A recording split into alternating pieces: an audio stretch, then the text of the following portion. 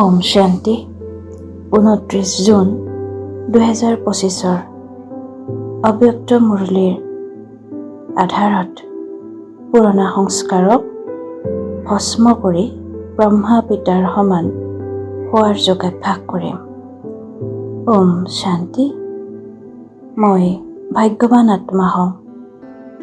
স্বয়ং পৰমাত্মাৰ দ্বাৰাই অভিনন্দন প্ৰাপ্ত কৰোতা শ্ৰেষ্ঠ অন্তৰৰ গৰাকী হওঁ। এই শ্ৰেষ্ঠ সংগম যুগত ভগৱানৰ সৈতে মিলন উদযাপন কৰোতা আত্মা হওঁ। বাহাৰে মই বা মোৰ শ্ৰেষ্ঠ ভাগ্য, বাহ মোৰ বাবা, বা মোৰ ব্ৰাহ্মণ পৰিয়াল, এই বাহবাৰ গীত অন্তৰৰ পৰা স্বাভাৱিকভাৱে নিৰ্গত হৈ আছে। পুৰণা সংস্কাৰৰ কথাসমূহ সহজে বিদায় দি দিছোঁ। সদাকালৰ এই বিদায় দ্বাৰা মই সদাকালৰ বাবে অভিনন্দন প্ৰাপ্ত কৰিছোঁ। এই অন্তৰৰ অভিনন্দনৰ দ্বাৰা মই সংগমযোগী ফৰিষ্টা ৰূপেৰে সাক্ষাৎ হ'বলৈ ধৰিছোঁ। ব্ৰাহ্মণ তথা ফৰিষ্টা আৰু ফৰিষ্টা তথা দেৱতা হওঁ।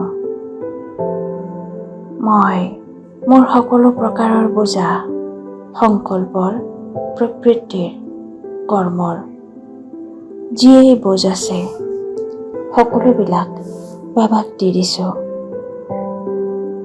মোৰ বোজ ল'বৰ বাবে স্বয়ং বাবা আহিছে।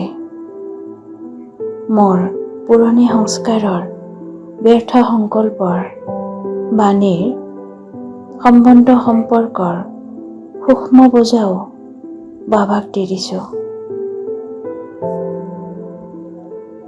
থাকি যোৱা সংস্কাৰেও কেতিয়াবা সময়ত প্ৰতাৰণা কৰি দিয়ে। সেয়েহে এতিয়া মই পুৰণা সংস্কাৰকো সংস্কাৰ কৰোঁ। পুৰুষাৰ্থৰ গতি তীব্ৰ কৰি যোগৰ অগ্নি বঢ়াই মই পুৰণা সংস্কাৰক সম্পূৰ্ণ ৰীতিৰে ভস্ম কৰোঁ। অমৃত বেলাৰ ওপৰত বিশেষ ধ্যান ৰাখোঁ। অমৃত বেলাৰ যোগ তপস্যাৰ ৰূপেৰে মই কৰোঁ। যোগক যোগৰ অগ্নিৰ ৰূপেৰে মই কাৰ্যত ব্যৱহাৰ কৰোঁ। একাগ্ৰতাৰ শক্তিৰ দ্বাৰা পুৰণা সংস্কাৰক ভস্ম কৰোঁ। এনেদৰে ভস্ম কৰোঁ যে পুৰণা সংস্কাৰৰ চিন মাত্ৰ নোহোৱা হৈ যায়। থাকি যোৱা অংশকো শেষ কৰি পেলাওঁ। যুদ্ধ কৰাৰ পৰিৱৰ্তে স্বৰাজ্য অধিকাৰী ৰজাৰ ৰূপেৰে স্থিত হওঁ। মই সদায় এলাৰ্ট হৈ থাকোঁ আৰু এবাৰ ৰেডিও হৈ থাকোঁ। সময়ৰ অপেক্ষা কৰোঁতা মই নহওঁ।